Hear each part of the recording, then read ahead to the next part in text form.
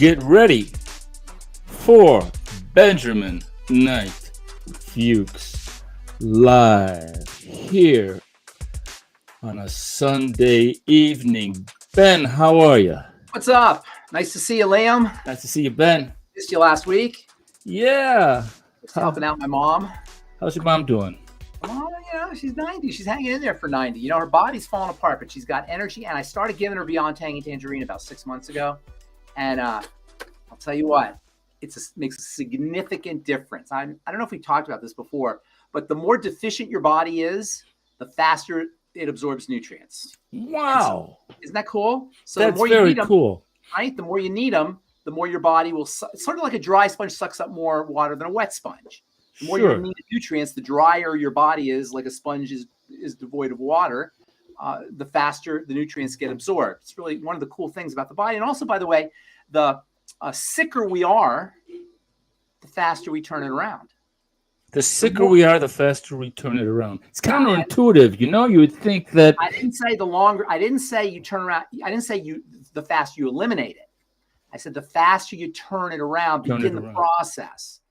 And I'll tell you why that is in a second. Okay. Before I tell you that, check this out. And this is a well-known phenomenon. I'm sure you've seen this and heard this. The more weight you need to lose, the faster it comes off. It's the last 10 pounds that are the hardest. Sure.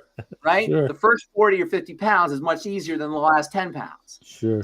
So it's like the more out of balance the body is, the more it's ready to go back into balance. This is a kind of a natural physics phenomenon. The more out of balance a system is, the quicker it is to start. Once you make the changes, of course, once you make the appropriate changes to restore the system back to balance, the faster it'll happen. So if you have multiple health challenges and you figure out, you backtrack, which is what we're always doing on this program. What I always do is backtrack, troubleshoot. I want people to see how the disease progresses so that you can reverse it. Once you backtrack it, once you see how the symptoms, and the more symptoms you have, the better it is, how the symptom are related to one cause, all you gotta do is cut the head off the snake. All you gotta do is just get right down to the cause, and then everything just falls into place. Now, it takes some time. Sometimes it may take a lifetime. If you've been mucked up for 50 years, now you're 60 and want to make a change, Sure. It may take you 20 years. It may take you 10 years. Sure. But you can begin the process today, this moment, right away.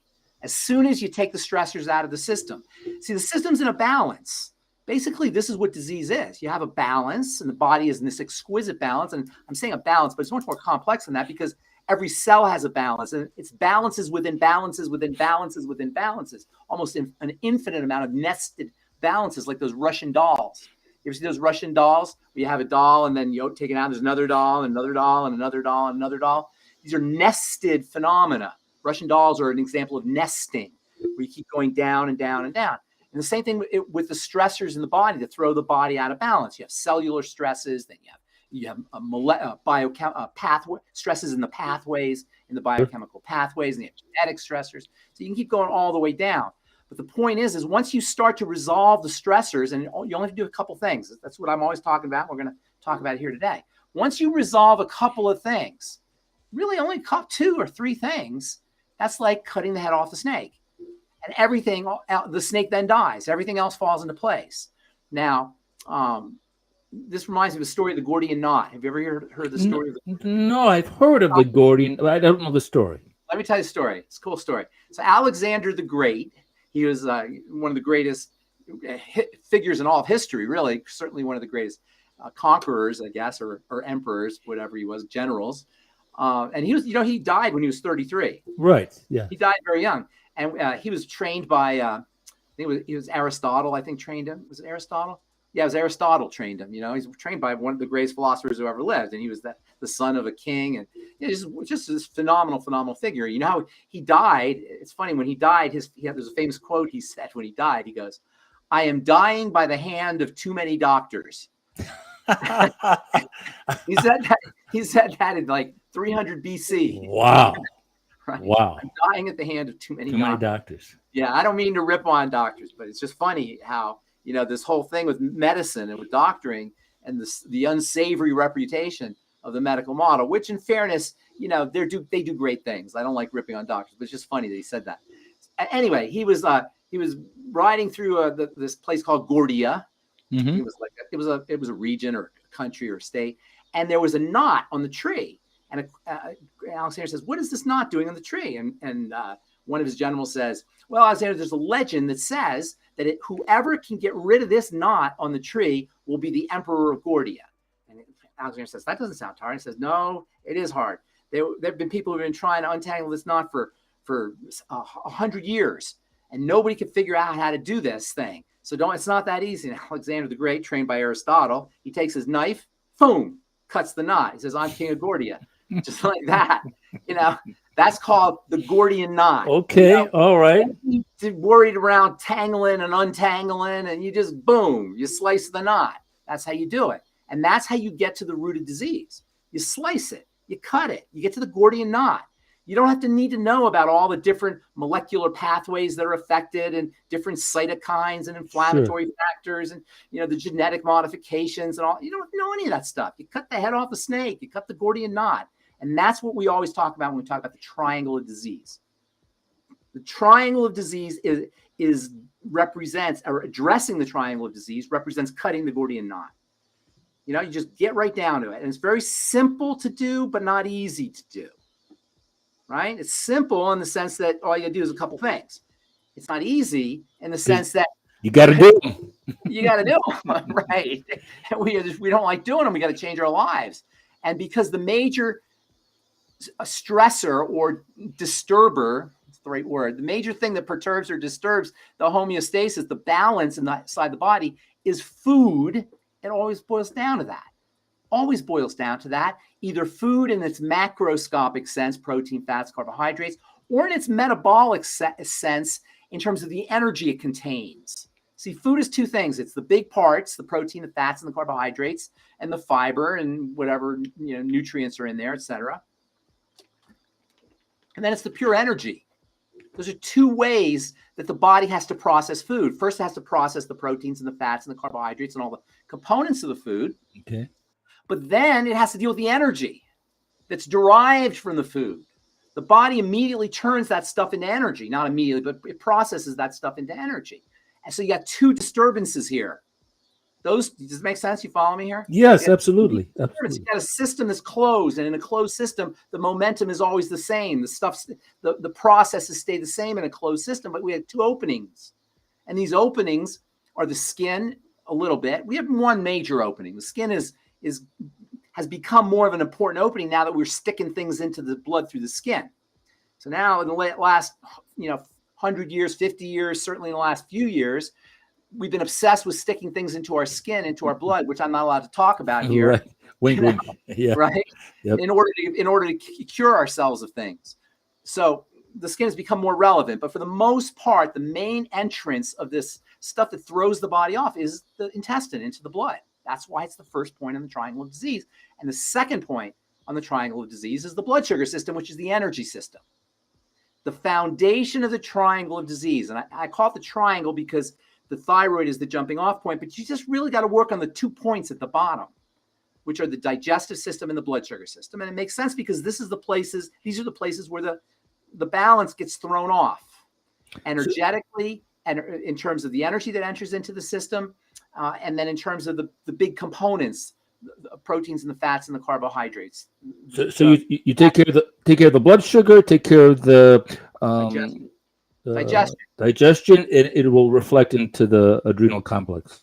It will ultimately show up because the main cause of stress on the adrenal glands is metabolism. Okay. So yeah, you can do things for the adrenal glands specifically. So you can use certain nutrients for the adrenal glands. You can use psychological strategies because there's a very important role for psychology in terms of adrenal health, stress health. So the human being's ability to imagine things. Animals don't imagine a future. They don't worry. We human beings imagine the future because of our minds. We have an ability to think about the past and think about the future. And this accounts for stresses that don't exist, right? Animals don't have stresses that don't exist. We have imaginary stresses. So there's an important connection, and that's a good thing. It allows us to predict, in order to make good judgments for survival. So it has an evolutionary purpose, but we've messed it up. So that's why there's an important relationship between how you think. And there's a phenomena, there's a school of health, or a specialty is the word I'm looking for, called psychoneuroimmunology. Okay. Psychoneuroimmunology is the connection between your psyche and your neurology and your immune system. Psychoneuroimmunology. There's psychodermatology as well. And that's the relationship between the psyche and the skin. There's psychodermoimmunology, which is the relationship between your skin and inflammation and your psyche. So we're starting to understand there's an important connection between mind and body. So there's things you could do with the adrenal glands. There's nothing you can do with the thyroid. And the adrenal glands are also, making sex hormones. And sex hormones are your stress hormones, your anti-stress hormones, your growth hormones, your fertility hormones, your youth hormones, your life hormones. And that's all at the level of the adrenal glands. And once that's whacked out, it's a short jump to hypothyroidism, which of course is also related to the digestive system. And that's where the triangle comes from. But if you want to just be simple, boom, boom, digestion, blood sugar. And that's what we're going to talk about here today. Because I had a conversation with a friend of mine, a friend of a friend of mine. She wanted me to help this gal who had psoriasis. And I spent some time with her this morning. I thought that'd be an interesting subject to talk about. The heartbreak of psoriasis. Heartbreak of psoriasis. You remember that? The heartbreak. That's because we're old. They don't say that anymore. The heartbreak of psoriasis. Me and you. I think that was a commercial. Right. Anyway, so psoriasis affects about 3% of adults in the United States. So I don't know, what does that come out to? About 15 million people, something like that. Is that sure. Right? From my math, something along those lines. 10, 15 million people. And they classify them into these different states: inverse psoriasis and pustular psoriasis and plaque psoriasis. Plaque psoriasis is the most common type of psoriasis, but they're all autoimmune diseases. Whenever you have an autoimmune disease, the mechanism involves toxicity getting into the blood. All disease is cell disease, but all cell disease begins at the level of the blood. Because it's the blood that feeds the cells. It's the blood that detoxifies the cells. It's the blood that breathes the cells. It electrifies the cells. The blood is the womb, the matrix that feeds the cells. The blood and also the more traditional type of connective tissue. I don't say that's not the right word. When we think of connective tissue, we don't think of the blood. The blood is connective tissue. It's liquid connective tissue. Okay. It's liquid connective tissue. So the connective tissue complex includes the blood, but it also includes collagen and hyaluronic acid, and it's the connective tissue that feeds everything. When we have an autoimmune disease, the connective tissue is toxic. With any disease, the connective tissue is toxic, but autoimmunity is one of the more common results of toxicity in the system. And if you go to the medical model, they don't do anything. They can't do anything because they don't know what I just told you.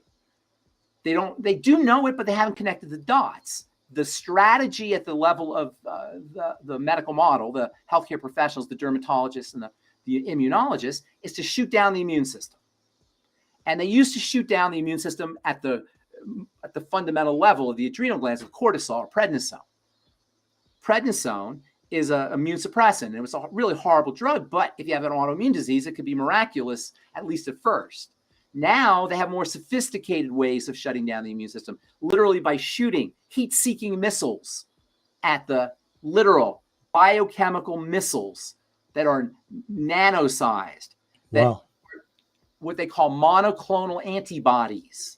Okay, I've heard of that. Okay. Right? They take antibodies, which are things that the body makes to fight bacteria and parasites and bad guys, and they genetically create them.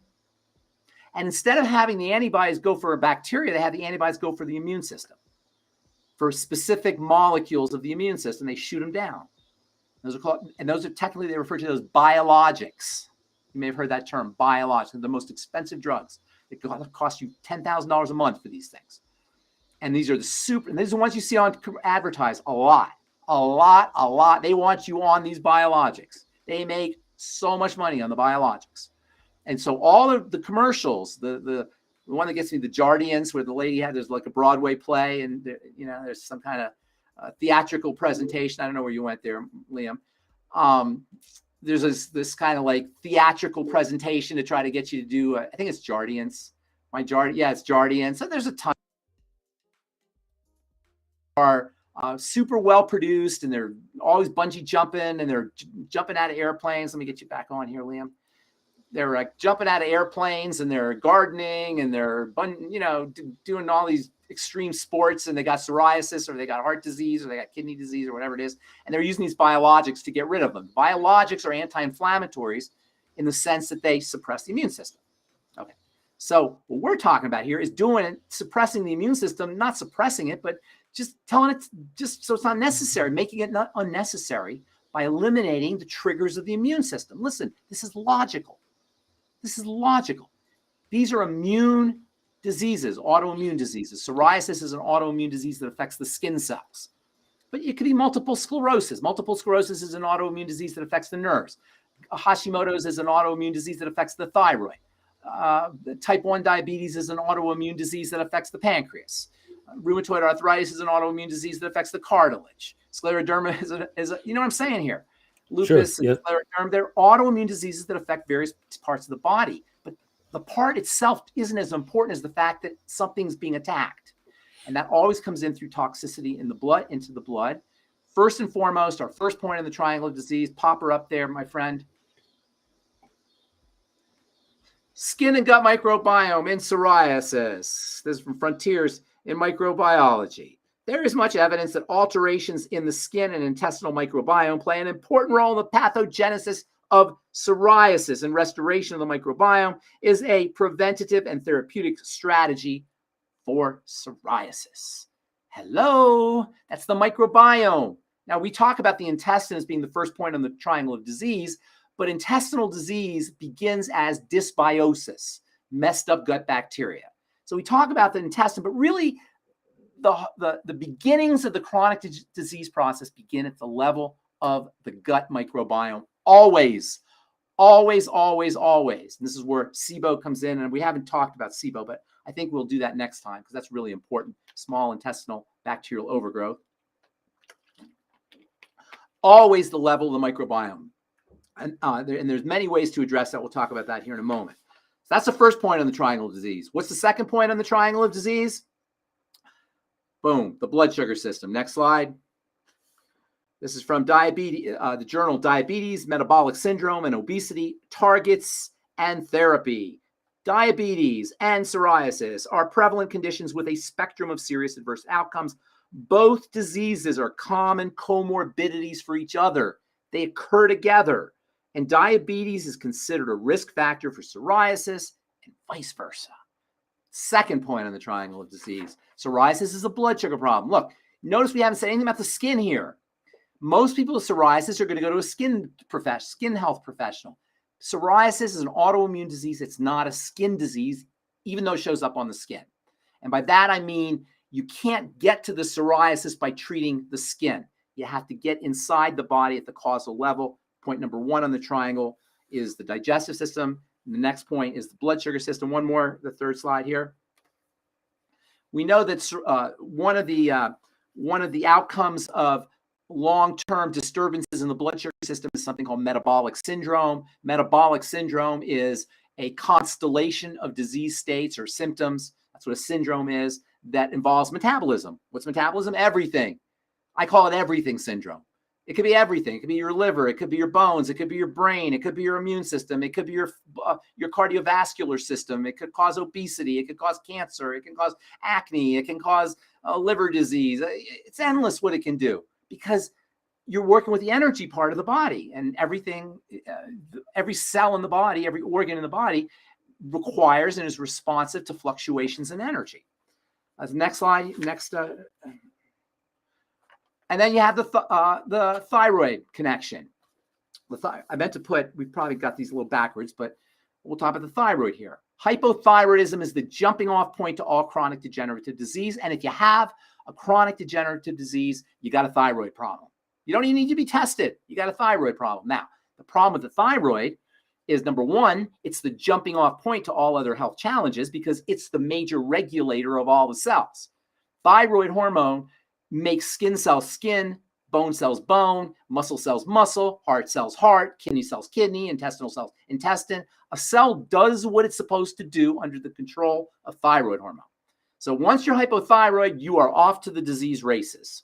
And if you have a long-term chronic degenerative disease, you can assume that there's some kind of thyroid dysfunction that's associated with it, but you can't do anything about the thyroid on its own directly, with the exception of giving thyroid hormone. And anybody who's got Hashimoto's thyroiditis, which is the major form of hypothyroidism, it's an autoimmune disease of the thyroid, you know that you get Synthroid or levothyroxine or something similar to that, or maybe Armour Thyroid if you go to a more holistically minded physician. And all that does is replace thyroid hormone.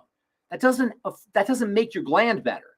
That doesn't make the organ better, because there's nothing you could do to make the organ function better, because the organ functions because of what's happening at the level of the adrenals and the blood sugar system and the digestive system. I hope this isn't too confusing here.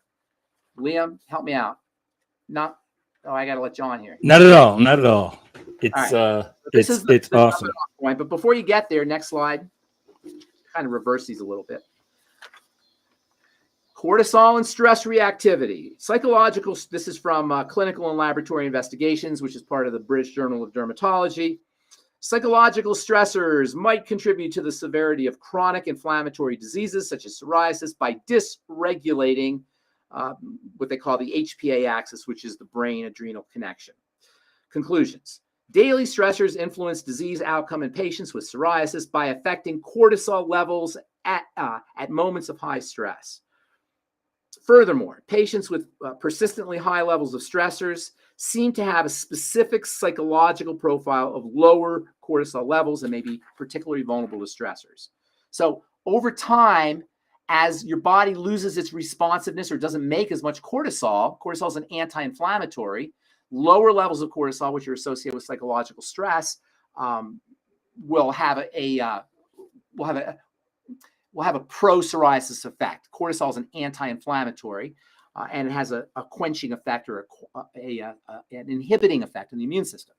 Without enough cortisol, you end up with inflammatory problems, and as it turns out, patients who have lower levels of cortisol or disturbances in their cortisol are also going to have problems with their with immune problems in general, and problems with the thyroid, and also problems with psoriasis. Next slide.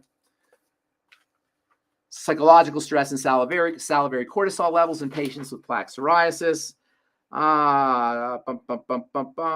Psoriasis was associated with higher psychological stress, anxiety, and depressive symptoms, and impaired cortisol response to stress. All right, so what do you do about it? Well, of course, the first thing you got to do, because the first point in the triangle of disease is food, or the digestive system, is you work with food. Food diary, elimination diet. Notice that certain foods trigger flare-ups. Flare-ups are always your best friend. A flare-up tells you what you just did in real time. So as soon as you flare up, what did I do an hour ago, 2 hours ago, 3 hours ago? I don't mean just, but within the last 8 hours, 4 to 8 to 12 hours, and you notice patterns. This is where a food diary comes in, and this is where fasting, stopping cessation of food. Usually people with psoriasis will know that they have digestive issues, bloating, gas, constipation, heartburn, some kind of digestive symptom. When you fast, you'll notice those disappear. And when you start eating again, you'll notice they come back. And you keep track of that. It's called a food diary, and then you start eliminating foods. Secondly, next slide, Liam.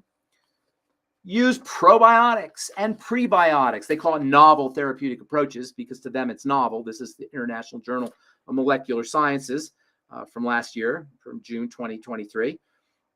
They call it novel because to the medical model, probiotics are novel, but they're not novel to us. We've been using probiotics in the alternative health field and the nutritional health field since probiotics became a thing 25 years ago. And I learned about it in pharmacy school almost 40 years ago. That's pretty shocking right there. All right, so what does this say? Patients with psoriasis receiving anti-psoriatic local therapy and probiotic and prebiotic supplementation performed better in measures of disease activity, including various scores, than control groups, than patients not given those supplements. So probiotics, they're a little tricky. I like the Nightly Essence from Longevity. There are other probiotic supplements out there. I trust the Longevity products in general, but the Nightly Essence I've had really good results with. So get yourself on the Nightly Essence. Use digestive enzymes, apple cider vinegar, bile salts, anything you could do for digestive health and to patch up a leaky gut. Vitamin A, by the way, is great for helping patch up a leaky gut, fucoidin, omega fatty acids, omega-3 essential fatty acids, particularly. Fried fats, on the other hand, can have a pro-inflammatory effect for folks who are dealing with leaky gut. Psoriasis tends to involve the fatty system of the body. So we'll find that probiotics are involved in helping the body process fats in the intestine, dietary fats. Probiotics actually make important not dietary, but metabolic fats for use. One in particular has a calming effect on the immune system. Next slide. Vitamin D is probably the quintessential anti-psoriatic nutrient. It's actually used in dermatology. It's used medicinally. Of course, it's used in a pharmaceutical form. There's a product that people apply topically, prescription product called Dovanex, which is a pharmacological or pharmaceutical version of vitamin D. But plain old vitamin D works, and even dermatologists will have sun lamps. And their psoriatic patients will just put their psoriasis plaques under the sun lamps. You can do that at home. Get yourself a sun lamp off Amazon if you have psoriasis and expose yourself to UV radiation from your sun lamp, or just get out in the sun. Vitamin D is extremely important for the immune system, for the digestive system, and as it turns out, it is the treatment of choice, the nutritional treatment of choice for psoriasis. You can't really, oral vitamin D is not a great way to get your vitamin D. The sun is the best way to get your vitamin D, or a sun lamp. You can eat vitamin D. It's found in certain foods. Organ meats are particularly good sources of vitamin D. And then mushrooms have some vitamin D in them. It's not really found in a lot of plants. It's not found in plants at all. It's an animal hormone. It comes from cholesterol, as it turns out, and plants don't really make cholesterol. Probably the best way to get your vitamin D. You can supplement with it also, of course, but the best way is going to be from the sun. Next slide. Vitamin E. Now, you'll notice that these vitamin D and vitamin E, and as we'll see here, some other fatty substances are linked, low levels are linked to psoriasis. Some of that might be intake, not getting enough vitamin E in your diet or through supplements, but a lot of it could also have to do with gut problems and gallbladder problems with bile. So it's not enough just to supplement. You got to work on the digestive element first. Nonetheless, these are supplements and nutrients that have been associated with whose low levels are associated with the condition, and supplementation may be helpful. Vitamin E is a guardian vitamin. It protects fats. One of the things that disturbs the immune system is disturbed or distorted fats. Distorted fats are pro-inflammatory. And fats in general, little pieces of fats, they call them lipid mediators. These are molecules that aspirin works on, and Tylenol works on, and Motrin works on. These molecules are associated with the inflammatory process, and vitamin E protects against their formation. Vitamin D is really interesting vitamin. It's a protective vitamin. It's not really involved in any metabolic pathways or making anything. It's more like a guardian, especially guardian for cells. And vitamin E has got really, really interesting roles to play in the skin. Here's a little tip for you. If you get a burn or you get some kind of a severe cut or trauma, high doses of vitamin E can help accelerate the healing dramatically. And I suppose I should probably tell you about the doses on some of these nutrients. You want about 400 IU a day of vitamin E, sunshine, vitamin D, and then probiotics are also, it's hard to measure them, but 10 billion to 20 billion units a day is probably a good place to at least start. So there's some supplements that have 50 billion units. So vitamin E protects the outside parts of cells, and it protects against the formation of these lipid mediators, and you want about 400 or so IU a day. Zinc, omega-3 fatty acids, next slide. They're your anti-inflammatory fatty acids. Omega-3 fatty acids are harder to find than omega-6 fatty acids, but that's not to say that omega-6 fatty acids don't have a role to play, a very important role to play, even an outsized role to play when it comes to the balance of omega-6s to omega-3s. Omega-6s are said to be pro-inflammatory, which is true, and omega-3s are said to be anti-inflammatory, which is true, but you got to have both. You got to have the pro-inflammatory and the anti-inflammatory. There's a balance. The problem with omega-6s is the distorted omega-6s, the cooked omega-6s, the processed omega-6s, and the out-of-balance omega-6s relative to the omega-3s. So omega-6s are very important. They're the most common form of essential fatty acid in your body, but omega-3s play an important role in balancing the omega-6s. And if you're out of balance at the level of omega-6s, which most of us are, Omega-3s can be very, very helpful, especially if you're dealing with an inflammatory condition, especially a skin inflammatory condition. And omega-3s are very calming for skin conditions, all skin conditions that are inflammatory. And that includes eczemas and dermatitises and rashes of all kinds, and dry skin, and also psoriasis. And then you come to the minerals. A couple of very important minerals are involved in the fatty system, or involved in fat processing, or are dependent on fat processing. And that's copper and zinc, particularly. Zinc and copper live in balance. If you're getting copper, and a lot of people are getting more copper than zinc, that can cause zinc deficiencies. Copper and zinc kind of balance each other out. So if you're getting more copper than zinc, you may end up with with a relative zinc deficiency. There's a really interesting balance between zinc and copper. So you kind of want to keep the two together, maybe 6 milligrams or so, something like copper glycinate, balanced out with maybe 50 milligrams of zinc. I like zinc picolinate. And a lot of people are already getting copper in the form of copper water, copper from copper pipes in water, particularly if you live in a big city. So zinc deficiency is really a problem, especially relative to the excess amount of copper, extra copper that a lot of people are getting. On the other hand, copper is a really valuable nutritional supplement, especially for the connective tissue. Selenium is also very important. Next slide. Selenium is another one of these fatty nutrients. And by the way, zinc is actually used to treat skin conditions in the form of zinc pyrithione, which is found in Head and Shoulders. Head and Shoulders shampoo, the active ingredient is zinc. And then Selsun Blue, the active ingredient is selenium. And so you can see even in the mainstream, they recognize, at least over the counter anyway, the relationship between zinc and healthy skin and selenium and healthy skin. And a lot of that has to do with the fact that both zinc and selenium they require bile and a fully functioning fat absorption system, which if you don't have intestinal health or your gallbladder issues or pancreatic issues, etc., you can run into problems with both zinc deficiency and selenium deficiency. Selenium is just an awesome all-around, a wonderful trace mineral supplement for the immune system and for the thyroid and for the heart.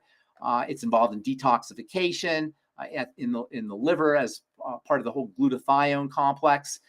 It's just a fabulously valuable mineral, trace element that a lot of people are deficient in. Number one, because they're not eating enough selenium-containing foods, which are high-protein foods, and things like seafood, which especially high levels of selenium. And a lot of people are selenium deficient because selenium is not found in a lot of places in the earth, which means it's not going to be found in a lot of vegetables. Traditionally, the best sources of selenium are going to be nuts and seeds. Selenium is found in Brazil nuts. Brazil nuts have a reputation for being the densest food source of selenium, but these days you don't know about the soils. So a lot of people are running into issues that are associated with selenium deficiencies, including immune problems. Cold sores, for example, can be related to selenium deficiencies, and viral infections can be more common in people who have selenium deficiencies. And also psoriasis, as it turns out, is also associated with selenium deficiencies. So that was kind of a long-winded conversation. I didn't even scratch the surface, Liam, about nutrients that you could use for psoriasis, but vitamin A is, of course, really important topically as well as internally for psoriasis. There's also roles for other digestive support supplements like I-26, which we've talked about in the past, and maybe lecithin granules to support bile health. There's a lot of different things you could do, but that's kind of the Cliff Notes version on how to take care of psoriasis. And as I said earlier, if you have psoriasis, you should know that 4 to 8 weeks from now, that's cellular turnover time at the level of the skin, your psoriasis can be gone. Well, what I think is really amazing about this discussion is, I had a friend in high school who had this horrible case of psoriasis, and she would rub just a cortisone cream on her skin. Yeah. And so what you're showing is that psoriasis is really about balance. We talked about zinc, selenium, vitamin A, D, omega-3s. All of these factors combine to make an imbalance. And it's like the psoriasis is almost like a warning signal saying, You don't need, more cortisone. You need a balanced diet, need a balanced way forward. So Yeah, it's like, if you understand that disease dis-ease is when the body's out of balance, you can see how there's an inherent problem with the medical strategies, with pharmacology, because pharmacology is not going to restore the balance. It's going to throw it even further out of balance. right. And even if you're hiding the symptoms, the out of balance part isn't being affected. It's almost like fraudulent. And in fact, if you were to go to a court and you were to say to the judge, here's the evidence, judge, it's doctored. Would that be a good thing, Liam? That would not be a good thing. Because to doctor something is to commit a fraud. Right. Right? And so and I don't mean to be insulting anybody, because like I've said this many times, I have a lot of friends who are doctors and they're great people and they want to help. And they do wonderful things. They do wonderful things. This is not a knock on individuals, but the idea of using pharmacology, which inherently is going to throw the body out of balance to treat a condition that's caused by the body being out of balance, you can see how there's a problem there. What we're talking about here is restoring the body back to balance. And that always starts with the major disturber of balance, which is the blood, things that are getting into the blood through the intestine, through the digestive system. And what's so great about what you're showing here is there is really a change that's happening within the wellness space. I mean, you're showing there's just a flood of information. It's not just one study here, one study there. It's just this growing awareness of the things that you're talking about, balance and well, it's about time, is what I say. Yes, I agree. All right, everybody. So thanks so much for watching. Leave your questions and comments on the platform you're viewing us from. And so we spend another great Sunday together, and I hope we can see everybody again next time. All right, Ben, it was great. Thanks, Liam. Bye, everybody. Thanks for the presentation, and we'll see everybody next week. Take care.